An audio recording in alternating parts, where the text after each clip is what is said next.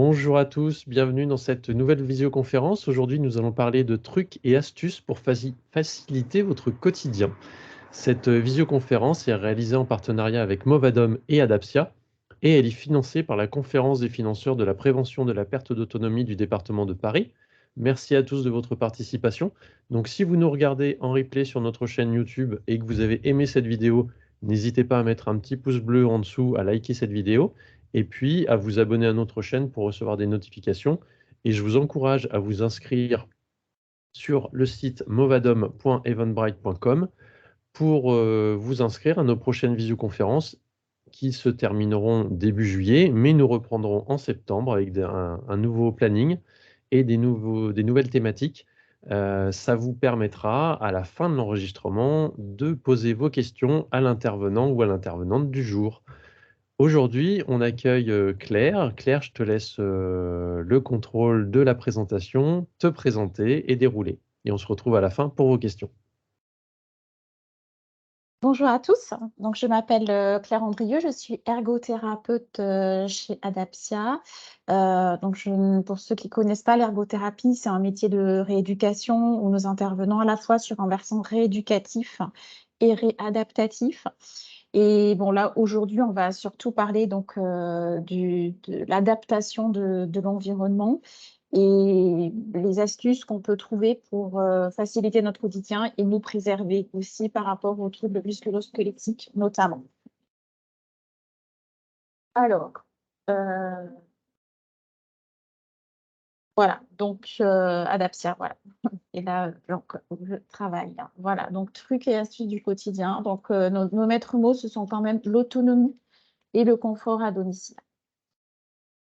Qui dit réadaptation, dit adaptation de l'environnement. En fait, la notion de handicap est toute relative, hein, puisque si je ne peux pas me lever, par exemple, pour changer de chaîne de télévision, comme autrefois, ben, on est en situation de handicap, on a inventé la commande de télévision que tout le monde a adoptée. Et en fait, la télévision est un exemple technique. Donc, on a agi sur l'environnement pour être autonome. Voilà, un petit exemple qui est facile à comprendre pour tous.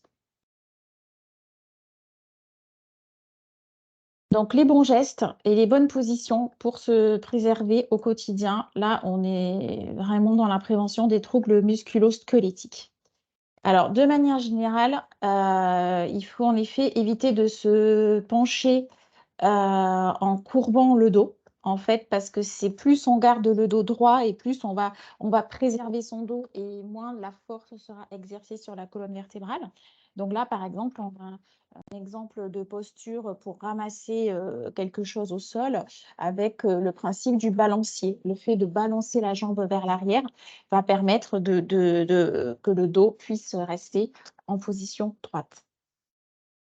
Même principe pour aller chercher quelque chose au sol qui serait devant nous, donc la triple flexion, à la fois des jambes et des chevilles, des genoux et du bassin. Là encore, c'est mieux que de garder les jambes tendues et d'aller chercher un carton lourd au sol. Bon, on l'a tous fait, mais parfois, si on a des problèmes de dos, les douleurs apparaissent rapidement. En fait, c'est ces gestes qui ne nous viennent pas spontanément si on n'a pas de douleur. Et en fait, c'est bien de le faire même si on n'a pas de douleur pour justement préserver notre dos et prévenir les douleurs. L'idée du chevalier servant aussi, voilà, donc comme son nom l'indique, en fait, on pose un genou par terre, ça peut servir pour faire son lit, par exemple. Voilà, et là encore, pour aller chercher quelque chose au sol. J'ai un petit souci parce que je vois les diapos très petites. Je ne sais pas si tu peux. Je ne sais pas, excusez-moi. Alors, il y a peut-être enlever le mode présentateur dans les autres actions en bas, à côté des flèches Ton paramètre. de navigation. Alors, pardon, sinon, elle me dit enlever le mode présentateur. Excusez-moi, monsieur, dame, je ne suis pas très à Pas de l'aise pour souci. lire les diapos. Et ça, Ah, peut-être. Regarde. Masquer le mode présentateur. Ah. C'est un peu mieux. C'est un peu mieux. C'est un petit peu mieux. Déjà, c'est mieux. Ok. Merci. Voilà. Donc, voilà, pour descendre, on disait voilà, de poser un genou au sol. Là encore, vous voyez bien que la position, on l'a fait peu, mais là encore, on voit que c'est une façon de pouvoir garder le dos en position droite. Pareil pour se chausser, hein, et pour faire le lit. Voilà, ce sont deux exemples où on peut utiliser cette position. Alors, pour se lever du lit, et on le retrouvera aussi pour se lever de la voiture, en fait. En fait, il faut essayer toujours de garder les genoux collés, en fait. Ça permet, en fait, de garder le dos, en fait, dans l'alignement du bassin, et là encore, de le préserver. Donc, je fléchis mes genoux, je me tourne sur le côté, épaules et bassins en même temps. Donc, le fait que les épaules et les bassins soient en même temps, là encore, on évite les contorsions au niveau du dos.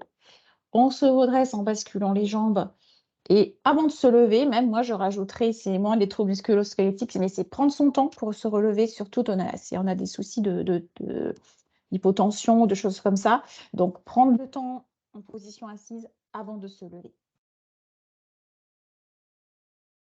Alors, pour se lever d'une position assise aussi, déjà, j'en profite pour vous dire que des fois, c'est mieux de mettre des chaises avec accoudoir. Ça préserve le dos aussi, ne serait-ce qu'au niveau de la posture lorsqu'on est en position assise dans le fauteuil, voilà. Et après, pour se lever, ces mêmes accoudoirs donc, peuvent nous aider à nous relever. Et l'idée, c'est de s'avancer au niveau de l'assise pour faciliter le fait de se relever. On peut mettre plus de force dans les bras, et cette technique permet de mettre moins de force dans le dos, demande moins d'efforts pour le dos. Alors peut-être que les personnes qui ont déjà mal au dos adoptent ces postures déjà sur les conseils de leur kiné. Alors, évidemment, la pratique du sport, ça permet d'entretenir les muscles. Qui dit muscle dit préservation des articulations. Donc, on peut différents types d'activités en fonction de ce qu'on aime. Donc, la marche à pied, la marche nordique, le vélo, la natation, ou encore le yoga et la gym douce. C'est vrai que l'aquagym permet, le fait qu'on soit dans l'eau, fait qu'il y a moins de contraintes sur les articulations, et ça peut être parfois très intéressant. Alors, donc, les bonnes positions. On revient, donc tout à l'heure, on parlait du fait de se lever, mais là, déjà, on va aussi s'attarder un petit peu sur la position couchée. Alors, selon qu'on dort, selon nos positions fétiches pour dormir. Donc, si on dort sur le côté, c'est bien que la tête soit... De toute façon, dans tous les cas, c'est bien que la tête soit maintenue. Il existe différentes sortes d'oreillers. Maintenant, là, il existe beaucoup à mémoire de forme avec un soutien des cervicales. Voilà, si on est sur le côté, c'est bien de fléchir les jambes. Là encore, pour soulager le dos. Et la tête et la nuque, donc en position allongée, pardon, la tête et la nuque les jambes, pardon, légèrement pliées, là encore, pour moins contraindre le dos. Et pour cela, vous pouvez rajouter un coussin sous les genoux. Alors, le fait de dormir sur le ventre est quand même la position la moins confortable pour le dos. Mais bon, si c'est notre position de prédilection pour trouver le sommeil, alors il faut l'adopter. Mais à ce moment-là, peut-être mettre un coussin sous le ventre pour, pour créer justement cette flexion, cette légère flexion au niveau du bassin et des genoux qui va permettre de moins contraindre le dos. Et évidemment, une literie adaptée où les courbes de la colonne vont pouvoir être respectées. C'est-à-dire un matelas à la fois ferme et pas trop pour avoir un minimum de confort. Donc la position assise, c'est vrai que ça demande, même nous, quand on est longtemps devant les ordinateurs, on a vite fait de s'avachir, de fléchir le dos. Voilà, en fait, la position assise idéale va être d'avoir une flexion du bassin 90, flexion des genoux 90, hein, et on voit bien la courbure du dos qui n'est correcte que dans le cas de la troisième position, puisque à la seconde, ben, on est courbé, donc on se voûte, et ça, c'est pas bon. Ben, en fait, ça ne stimule pas du tout nos muscles du dos. Et l'autre position n'est pas correcte non plus, hein, puisqu'on voit bien que le bassin est complètement en avant, et donc c'est à éviter aussi. Donc, il y a un grand sujet quand même, c'est les positions devant l'ordinateur, hein. On l'a vu pendant le Covid, il y a eu énormément de personnes qui étaient mal installées à leur poste de travail. Il y a eu une recrudescence de troubles musculo-squelettiques. Donc, voilà, pour les grandes lignes par rapport au poste informatique, ça va être d'avoir l'écran à hauteur, voilà, la partie supérieure de l'écran à hauteur des yeux pour n'avoir ni à baisser la tête, ni à la relever, hein, pour éviter les contraintes cervicales. Et également les coudes, hein. On va mettre les coudes à hauteur du plan de travail, et parfois, si on peut même les reposer sur les accoudoirs. Où il existe même des tables en fait qu'on peut rajouter. Enfin, c'est comme une tablette en fait qu'on peut rajouter entre le fauteuil et le bureau pour que les avant-bras reposent en fait, et pour moins contraindre encore les cervicales. Je pense que ça nous est tous arrivé d'avoir mal au trapèze parfois quand on a fait trop d'ordinateurs, et en fait c'est juste que les avant-bras, on est beaucoup mieux s'ils sont reposés sur un plan. Alors, autre astuce aussi, parfois, quand on a mal au dos, faire la vaisselle, hein, tenir la posture debout, pour faire la vaisselle peut être une contrainte, et encore plus si des fois les éviers sont trop bas aussi par rapport aux personnes qui peuvent être grandes. Donc l'idée en fait, c'est avec son genou, d'assurer un appui antérieur sur le meuble qui se situe sous l'évier. Et là encore, ça permet de répartir la force et que le dos ne soit moins contraint. Là encore, pour jardiner, vous voyez, on voit bien le schéma là, donc toutes les contraintes qui sont mises au niveau des disques vertébraux, et alors que cela n'existe plus si on met le dos droit et qu'on fléchit les genoux. Alors voilà, je parlais de la voiture. Donc en fait, on est beaucoup à ne pas rentrer dans la voiture comme on le devrait, dans le sens où on ouvre la porte et on passe une jambe, on se met face au volant, puis on passe la deuxième. Eh bien ça crée vraiment des contraintes au niveau du dos. Et en fait, l'idée, c'est de vraiment poser le bassin et laisser les deux jambes à l'extérieur, et ensuite passer nos deux jambes. Voilà. Donc ça, c'est un peu, ça rejoint un petit peu l'idée, comme on disait tout à l'heure, de sortir du lit. Là encore, en fait, nos deux jambes en fait, fonctionnent ensemble, si je puis dire, afin de préserver le dos. Alors, là, pareil, hein, aussi, on va bien se positionner sur notre poste de conduite, hein. Voilà. La ceinture de sécurité aussi est réglée de façon à ne pas s'affaisser. Voilà, parce que sinon, on voit moins, en fait. Il faut quand même garder une certaine hauteur. Et rester bien au fond du siège pour assurer le maintien du dos. Voilà, et là, donc pour entrer et sortir, tourner d'un quart de tour le bassin. Voilà. Et aussi le siège aussi légèrement incliné. C'est vrai que voilà, c'est bien d'être droit, mais si c'est trop aussi, s'il y en a trop de flexion entre le buste et les jambes, on n'est pas confortable non plus, hein. L'idée, c'est quand même d'être confortable aussi. Voilà, donc un peu plus en détail la position devant l'ordinateur. Donc là, vous voyez aussi le bas de la chaise soutient la courbure naturelle du dos. Donc ça, c'est vraiment important, hein, d'avoir un siège aussi adapté pour le poste informatique.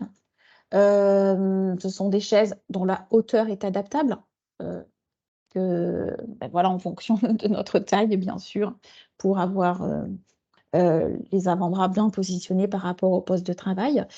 Si on le peut, c'est bien d'avoir, surtout pour les personnes qui sont plutôt petites, d'avoir un repose-pied. Voilà, là encore, afin de soulager les contraintes au niveau du dos. Les jambes à 90 ou 100 degrés, les bras détendus hein, pour bien détendre les trapèzes.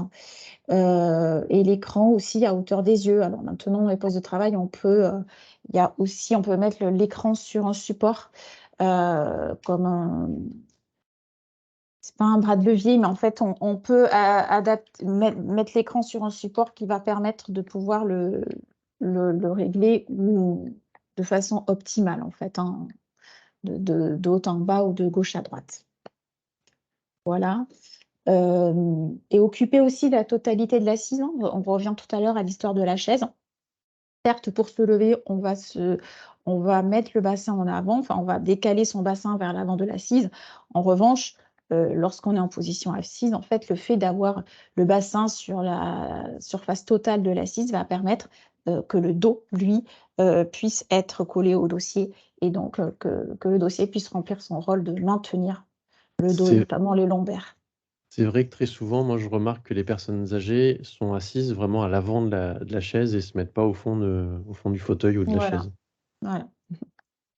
Peut-être en prévision de se lever, justement, mais entre-temps, il faut bien C'est aller ça. faire reposer le dos. Voilà, donc après ces recommandations générales donc de prévention des troubles musculo-squelettiques, déjà, est-ce que des personnes ont des questions avant qu'on passe sur une partie plus environnement? Alors, on n'a pas eu de questions, mais si vous avez des questions, n'hésitez pas à les mettre dans la barre de conversation ou à lever la main.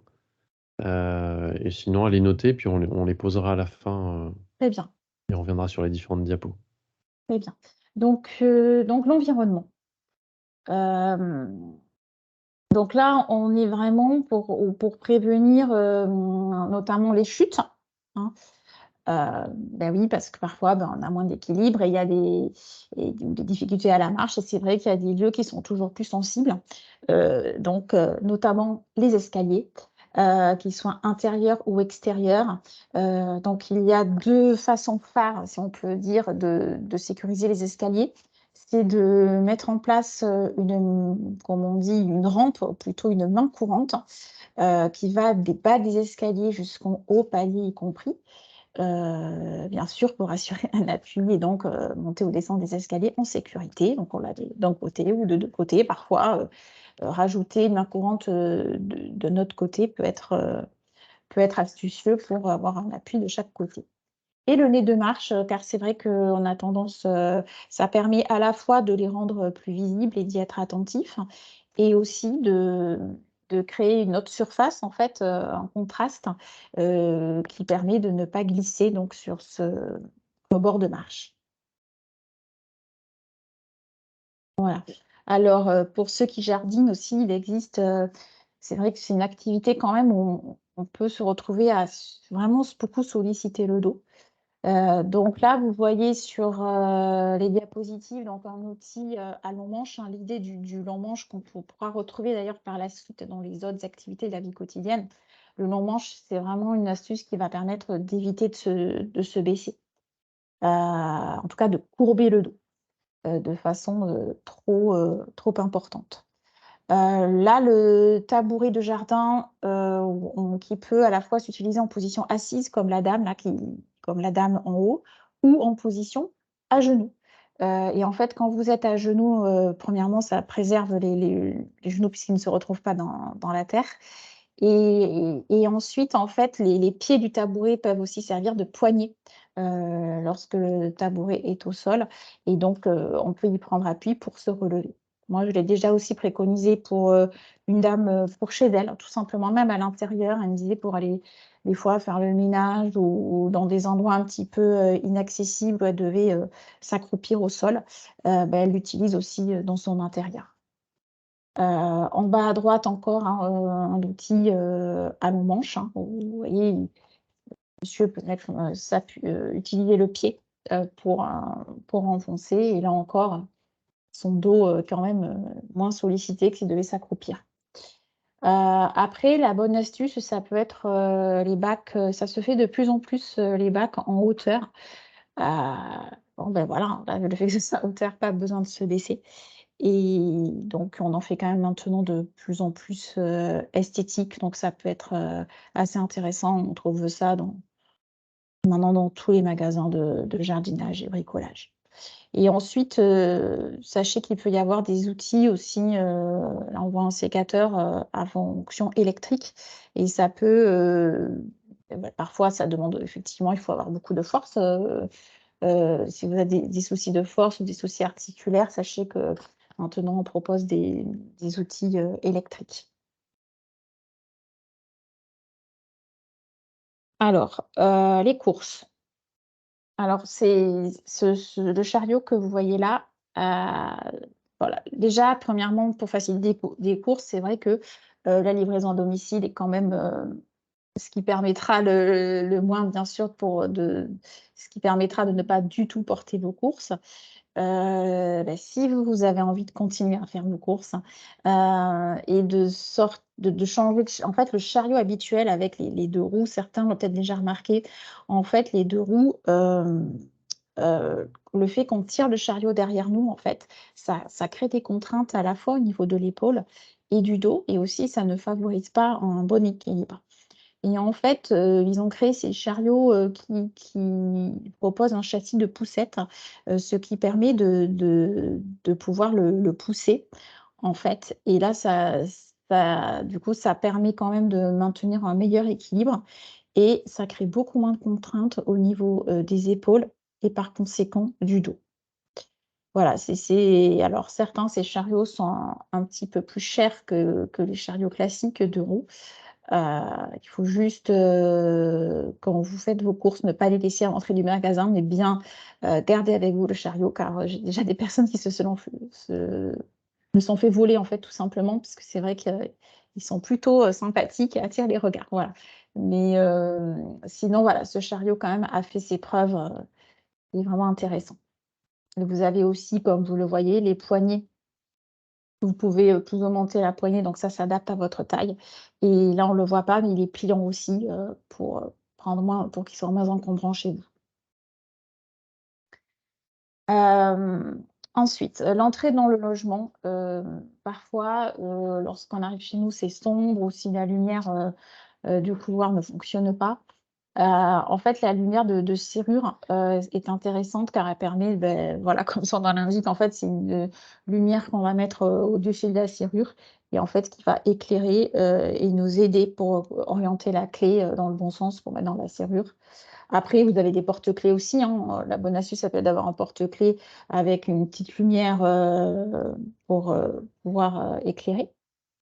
Hem alors entrer dans le logement, c'est de plus en plus répandu, c'est le vidéophone, hein, comme ça, quand la personne sonne, vous voyez qui c'est, vous pouvez, répondre à distance et ça, c'est quand même, vraiment appréciable et enfin le localisateur de clés, comme son nom l'indique, permet de savoir, où on peut avoir mis ses clés parce que, parfois on ne sait pas et c'est vrai que pour les personnes qui ont des troubles cognitifs, ça peut être, intéressant. En tout cas, des troubles de mémoire. Alors après, les chutes peuvent, souvent survenir en fait, la nuit ou dans des endroits sombres. Quand bien même on connaît son logement depuis plusieurs dizaines d'années, il faut quand même, assurer un bon éclairage. Donc là, la veilleuse à détection de mouvement, donc en fait, c'est un éclairage qui soit se pose au sol, soit est branché sur secteur. On trouve ça dans les magasins, là encore, de bricolage et qui permet, sans avoir activé un interrupteur, que, l'éclairage se déclenche à votre simple passage. Voilà, donc c'est quand même intéressant, là encore, pour les personnes qui commencent à décliner un petit peu au niveau cognitif, qui peuvent oublier, ou ne plus savoir qu'il faut appuyer sur un interrupteur, hein, ça parfois ça arrive malheureusement, ou qui trouvent pas leur chemin. Moi, j'ai déjà mis, une veilleuse à détection de mouvement sur un passage, chambre-WC parce que la personne, se trompait de porte, en fait, tout simplement la nuit, il n'allait pas voilà, Voilà, donc en fait, on a mis en place une détection de mouvement afin de le guider en fait, vers les WC. Voilà. Aussi, bon, si la personne va activer l'interrupteur mais que c'est sombre, on peut mettre aussi du scotch luminescent, qui peut être d'ailleurs là il est présenté sur des interrupteurs, mais il peut aussi, être utilisé à d'autres fins, par exemple pour repérer une touche de téléphone, ou autre lieu ou objet, à identifier plus particulièrement. Les tapis sont un vrai sujet aussi par rapport au risque de chute. Nous, les ergothérapeutes, nous ne sommes pas fans des tapis parce que, voilà, on le sait tous, on peut se prendre les pieds dedans. Après, l'idée n'est pas de transformer complètement le logement et je pense que si certaines personnes veulent absolument garder les tapis, à ce moment-là, il faut les garder parce que parfois c'est des souvenirs ou tout simplement parce que ça évite le bruit chez les voisins. À ce moment-là, il existe différentes façons, de fixer les tapis. Alors il existe le scotch double face, mais qui peut cependant, altérer quand même le sol. Donc en fait, là, on vous présente, sur cette photo, ce qu'on appelle une grille antidérapante, qui va être positionnée entre le sol et le tapis. Et qui permet en fait, c'est vrai que c'est assez simple parce que le scotch après par exemple pour faire le ménage, c'est moins évident. Alors que là, en fait, vous soulevez le tapis, la grille, on passe l'aspirateur et on remet. Et vraiment ça a permis vraiment donc cette grille antidérapante, c'est en une sorte de caoutchouc en fait qui va permettre que le tapis ne glisse pas sur le sol. Après vraiment, il faut éviter les tapis, très fins, dans les couloirs, enfin dans les passages. Heu voilà, il faut quand même, arriver à en retirer quelques-uns. Voilà, mais on peut aussi en garder quelques-uns. Voilà, tout est une histoire d'équilibre, hein, de compromis. Voilà, parce que l'idée n'est pas non plus de transformer complètement son logement. Alors, là aussi, hein, l'encombrement, on peut avoir parfois du mal à bon, là, la photo de gauche est un peu excessive parce que là, c'est vraiment on voit qu'il y a une fête, que ça n'a pas été rangé. Mais, de manière générale, c'est vrai que, on ne se rend pas toujours compte en fait, voilà, on est tellement habitué à notre logement qu'on peut à force, on accumule et c'est l'importance de faire un tri régulier, car qui dit encombrement, dit moins d'espace de circulation et puis, risque de chute, tout simplement. Donc, de toute façon, au bout d'un moment, c'est plus où sont nos affaires, donc quand on en a trop, donc autant les trier régulièrement et ça fait du bien pour l'espace et dans la tête aussi. Voilà. Hem Donc, ensuite, les volets. C'est vrai que les volets peuvent, vous savez peut-être déjà des personnes ont rencontré ce souci, de devoir ouvrir enfin manipuler les fenêtres, les volets pour aller fermer les volets. Ça peut être un vrai souci. Certaines personnes ne peuvent plus le faire et elles retrouvent leur autonomie, lorsqu'on leur pose, des volets électriques. Donc ça vraiment c'est un gain d'autonomie et c'est aussi nous préserver que d'éviter la manipulation des volets. Alors, après donc on parlait tout à l'heure de que les accoudoirs aidaient à se lever, avoir un point d'appui, ça nous aide. Après l'astuce, ça peut être aussi d'éviter les assises trop basses. Typiquement, c'est souvent moi que les personnes me disent que l'assise des WC est trop basse pour eux. Et là, vous est présenté donc, au milieu de la diapo un rehausseur. Donc c'est, ce qu'on appelle un rehausseur de cuvette, que peut-être des personnes ont déjà mis chez vous. On le met souvent suite à des opérations de hanches, pour éviter les mouvements luxants, en flexion de hanche. Voilà, c'est souvent préconiné suite à des opérations. Hem, il existe de différentes hauteurs, avec accoudoir, sans accoudoir, de différentes matières. Malheureusement, c'est un matériel qui n'est pas remboursé, le ressort de cuvette et on en trouve donc chez les revendeurs médicaux. Mais ça quand même là, ça vraiment, ça vaut le coup pour préserver là encore nos articulations. Après à droite, donc toujours dans la même pièce, la cuvette surélevée. Hem Alors c'est vrai qu'on préconise beaucoup pour les seniors les cuvettes surélevées. Attention cependant car ce n'est pas, adapté à tous puisque si vous faites 1,50 m et qu'on surélève les WC pour avoir une assise de 50 cm, ce n'est pas adapté. Puisque les pieds de la personne ne vont pas toucher par terre. Et on l'a vu tout à l'heure, ce n'est pas du tout physiologique et encore moins pour la position d'élimination aux toilettes. Donc vraiment, si vraiment vous voulez surélever vos WC, il faut bien y réfléchir à 2 fois. Moi, j'ai déjà des personnes qui m'ont dit qu'on leur avait préconisé des WC rehaussés, en fait, ça leur convient pas et il a fallu remettre des WC standards. Voilà. Donc les WC surélevés ne sont pas toujours une solution. Dans la même idée, mais là dans les autres pièces, donc pour les fauteuils, ce sont des pieds surélévateurs en fait, qui, comme leur nom l'indique, vont pouvoir surélever la chaise ou le canapé. Parce que bon, la chaise, pas trop, parce que c'est plutôt pour des meubles plutôt lourds, hein, ou qu'on ne va pas déplacer au moment de s'asseoir ou se lever. Donc ce sont des plots surélévateurs. Là encore, il en existe de différents modèles, en bois, en plastique. Il y en a pour... alors attention, si vous voulez en acquérir, il faut être attentif à bien regarder si c'est pour un lit ou pour une chaise, car ils ne sont pas tous prêts à recevoir le même poids. On en trouve de plus en plus sur les sites internet. Sinon, là encore, chez les revendeurs médicaux. Après, c'est vrai que c'est sûr qu'ils présentent des prix un peu moins compétitifs, mais au moins, c'est vrai, l'avantage est que vous avez un service après-vente s'il y a un souci. Ce qui est le cas d'ailleurs pour tout le matériel adapté qu'on est susceptible d'acheter.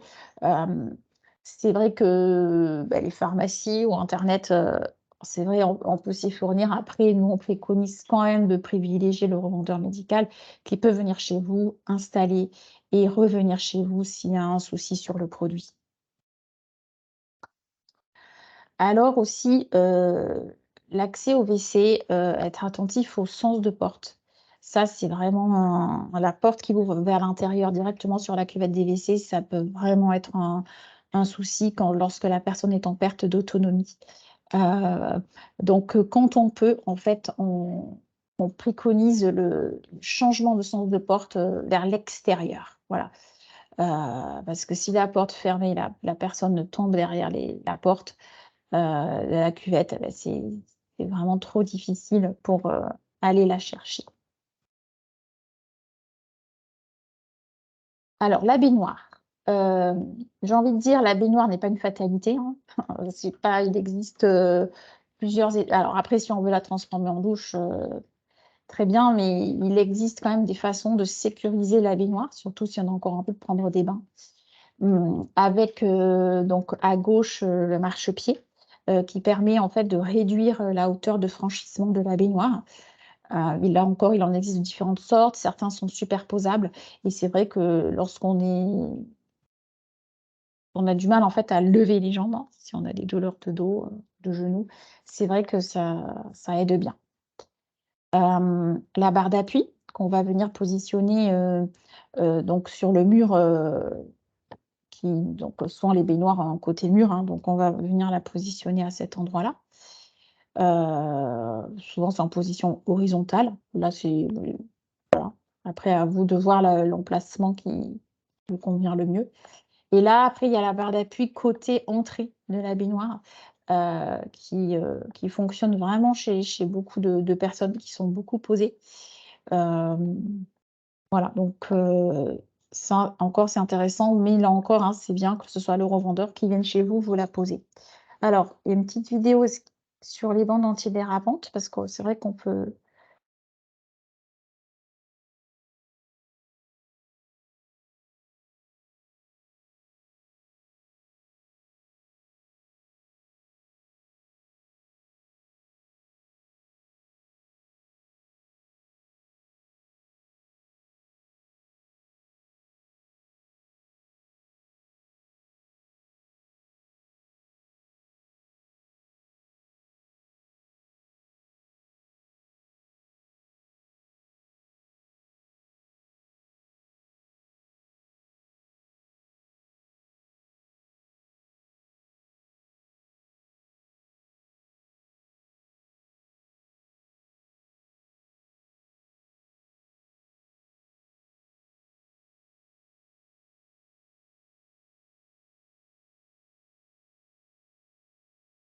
Ah, il y a un petit souci technique apparemment. Alors, les diapos sur les baignoires et plus de son. Ok. Ah, donc Véronique, je pense que c'est vous qui avez un petit souci, parce que nous, ça fonctionne bien de notre côté. Moi, j'avais le son, Claire aussi, donc ça... Est-ce que vous n'auriez pas déplacé les diapositives? Il y a un petit bouton synchronisé avec le présentateur. Essayez de revenir là-dessus. Ah, Et le puis son est Claire, revenu. Ouais, je te laisse continuer, Claire. d'accord.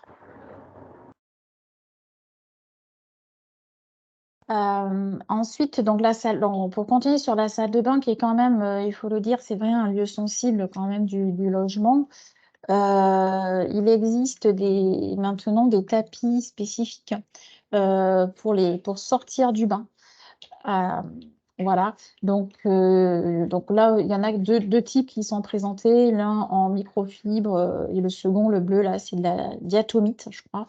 Et c'est vraiment des matériaux très intéressants et très agréables au demeurant en plus aussi à disposer donc pour sortir de votre douche lorsqu'on a les pieds mouillés et ainsi éviter de glisser sur le calage. Alors c'est vrai que les tapis de bain éponge aussi fonctionnent, mais ils n'ont pas cette fonction. Alors certes, ça absorbe l'eau, donc ça évite aussi de glisser quand même, mais en fait, l'éponge va plus facilement glisser sur le carrelage. Voilà.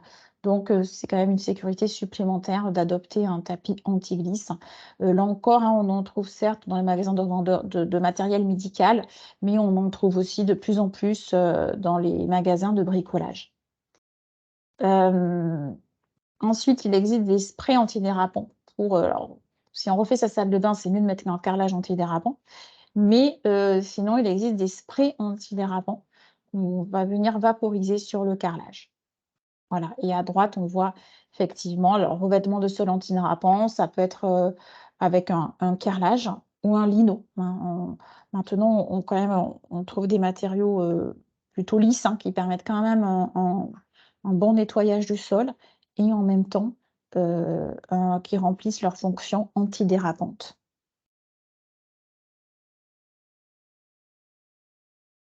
Alors, la robinetterie peut aussi être adaptée. Euh, Parfois, on peut avoir du mal à manipuler les mélangeurs hein, avec un côté qu'il faut tourner, l'eau chaude, l'eau froide, etc. Donc maintenant, en fait, c'est quand même plus pratique, même pour les personnes qui n'ont pas de souci d'ailleurs, les mitigeurs à levier, hein, que ce soit pour la douche ou le bain, que ce soit aussi pour les lavabos. Ça, vraiment, ça économise nos articulations des doigts et des poignets. Et le mitigeur thermostatique est aussi très apprécié car il permet d'un côté de régler la température et de l'autre l'intensité de l'eau.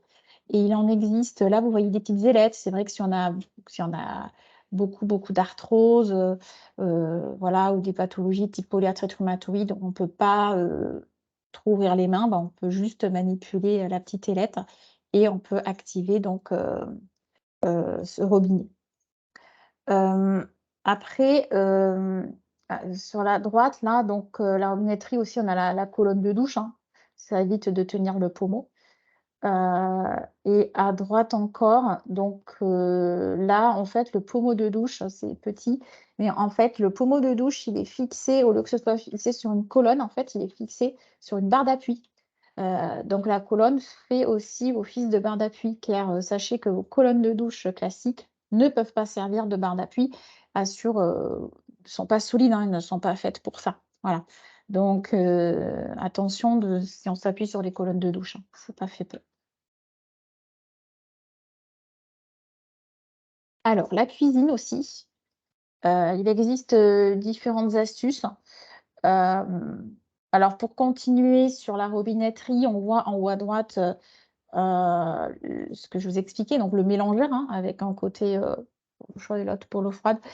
Là, voilà, là c'est bien de passer donc en mitigeur, là encore, un robinet dévié. Alors le col de cygne est bien parce que pour laver les casseroles c'est pratique, mais vraiment pour activer donc l'arrivée d'eau, c'est mieux avec la fonction mitigeur.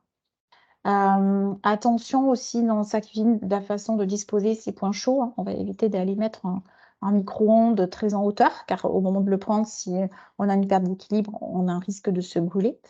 C'est bien de disposer le four à proximité d'un plan de travail afin de pouvoir le poser tout de suite après avoir pris ce plat chaud et ne pas le porter sur, sur plusieurs mètres avec un risque de se brûler ou de tomber. Les placards. Alors, les placards, on peut adapter les poignées, mais souvent quand ils sont, et ça se fait de plus en plus chez les cuisinistes, en fait, c'est bien lorsqu'ils sont sous hauteur d'évier, en fait, c'est de privilégier les tiroirs. C'est vraiment, c'est beaucoup plus ergonomique et c'est plus agréable et aussi ça préserve vraiment notre dos parce qu'en fait, sinon, on doit s'accroupir pour voir ce qu'il y a en bas, ouvrir les portes et c'est beaucoup moins pratique. Bon, c'est du bon sens, mais c'est des petits rappels. On va bien sûr privilégier ce qu'on utilise le plus souvent, de les disposer dans notre zone de confort, c'est-à-dire environ, en fonction de notre taille, mais environ entre 65 cm et 150 cm. Voilà. Là, c'est vrai que les plans de travail sont en général construits à 80 cm, mais parfois ce n'est pas suffisant. Si on est très grand, on peut tout à fait les rehausser. Voilà, il n'y a pas de. Votre norme est la bonne, j'ai envie de dire, puisque il faut adapter pour préserver votre dos. Alors, donc voilà, enfin, la cuisine est quand même un haut lieu de risque d'accident domestique, notamment avec le gaz. Voilà, on essaye, enfin, pour les personnes très âgées, quand on essaye de limiter en fait le fait qu'il y ait le gaz dans le logement, parce que s'il y a un manque de surveillance, vraiment la personne s'expose à des risques. Après, il existe des détecteurs de gaz qui peuvent aussi être une solution. En tout cas, une solution moins pire que si la personne va absolument garder le gaz. Sinon, on met en place des plaques électriques, vitrocéramique ou induction. Là, on voit, bon, c'est un peu excessif, mais effectivement, on voit énormément de branchements.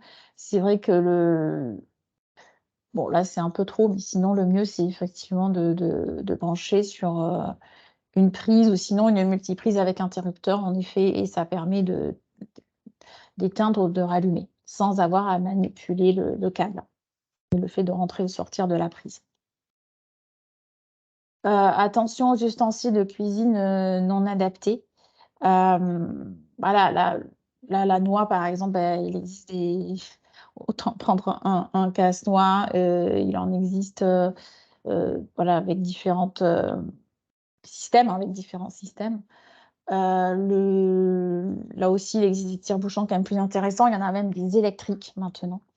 Et aussi les essoreuses à salade, maintenant il en existe avec des systèmes antidérapants où on a juste en fait, à baisser, en fait, à activer. En fait, en un seul jet, on peut essorer sa salade. Alors que c'est vrai que le fait de tourner peut engendrer des douleurs au niveau de l'épaule notamment.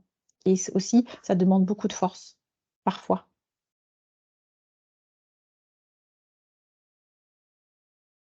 Alors, là, bon, c'est vrai qu'on n'en met pas beaucoup chez nous, les distributeurs infrarouges, ça se fait beaucoup en collectivité, mais c'est vrai que ça permet, là, on n'active rien du tout, quoi. Ça, on passe la main et ça nous donne du savon. Donc, ça peut être, c'est une solution très pratique pour nous limiter dans nos mouvements.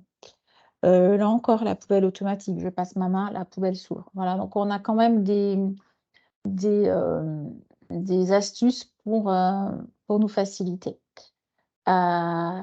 Alors là, bon, oui, on peut privilégier aussi une assise haute. Bon, là, quand même, l'assise haute, certes, ça préserve le dos, mais on ne va pas aller le proposer quand même chez une personne qui a des troubles de l'équilibre assis. Là, ce ne sera pas adapté, hein.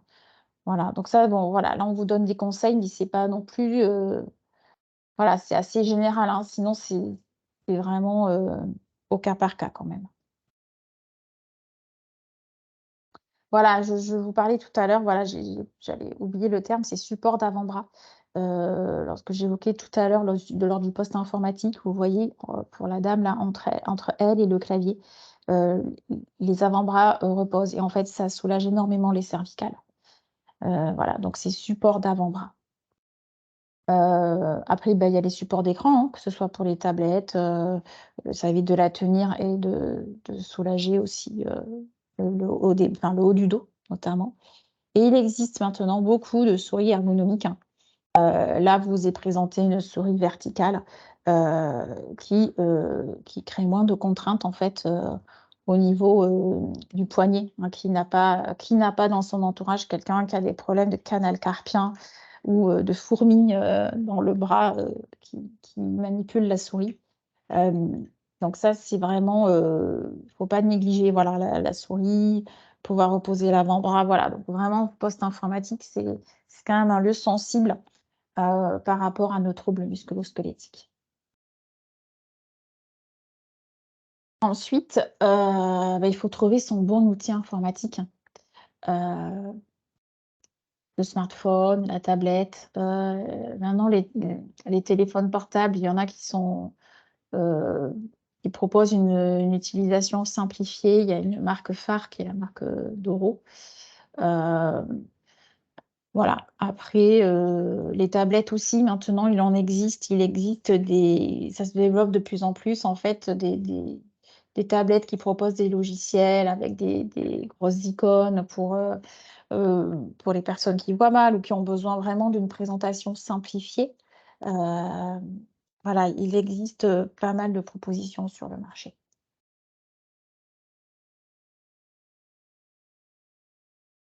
Alors, voilà, tout ça, comme je disais, c'est assez général. Après, n'hésitez pas à pousser vos recherches en allant sur internet, hein. Il y a un site qui s'appelle Je sécurise mon logement.fr qui reprend en fait les risques pièce par pièce et qui vous propose comment les sécuriser. Voilà, Pascal vous a envoyé le lien, merci. Après, vous avez différents ateliers qui peuvent être proposés par le PRIF, par la ville, par le CCAS, le CLIC, les associations sportives. Là, moi, récemment, je suis intervenue chez des personnes qui avaient participé à un groupe équilibre. Voilà, donc il y a pas mal de choses où on peut quand même acquérir des connaissances supplémentaires.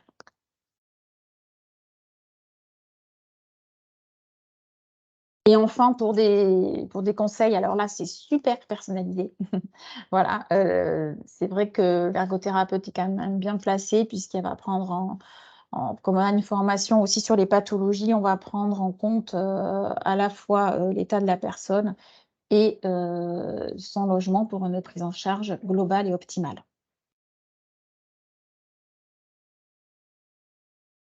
Voilà. Merci beaucoup Claire, pardon. Merci beaucoup. Je vous invite à remplir notre questionnaire de satisfaction. Je vous mets le lien dans la barre de conversation. Une fois que l'enregistrement de cette visio sera terminé, vous pourrez activer vos micros et poser vos questions. En attendant, je vous présente nos différents projets. Donc, vous avez le lien pour la chaîne YouTube où vous pouvez retrouver tous nos replays et ce replay sera disponible cet après-midi sur notre chaîne YouTube. Pour vous inscrire à nos prochaines visios, donc c'est movadom.eventbrite.com. Et puis, sur le site de Movadom, vous pouvez également télécharger le livre audio et les podcasts qui parlent de déménagement et d'aménagement de son domicile. Notre prochaine visio, c'est mardi à 10h30, mardi 20 juin. On parlera un peu juridique avec les règles de droit de succession. Merci encore à la conférence des financeurs du département de Paris. Si vous avez la moindre question, un petit mail à contact@movadom.com et on vous répondra. Merci beaucoup Claire, à très bientôt. Merci, avec plaisir, à bientôt.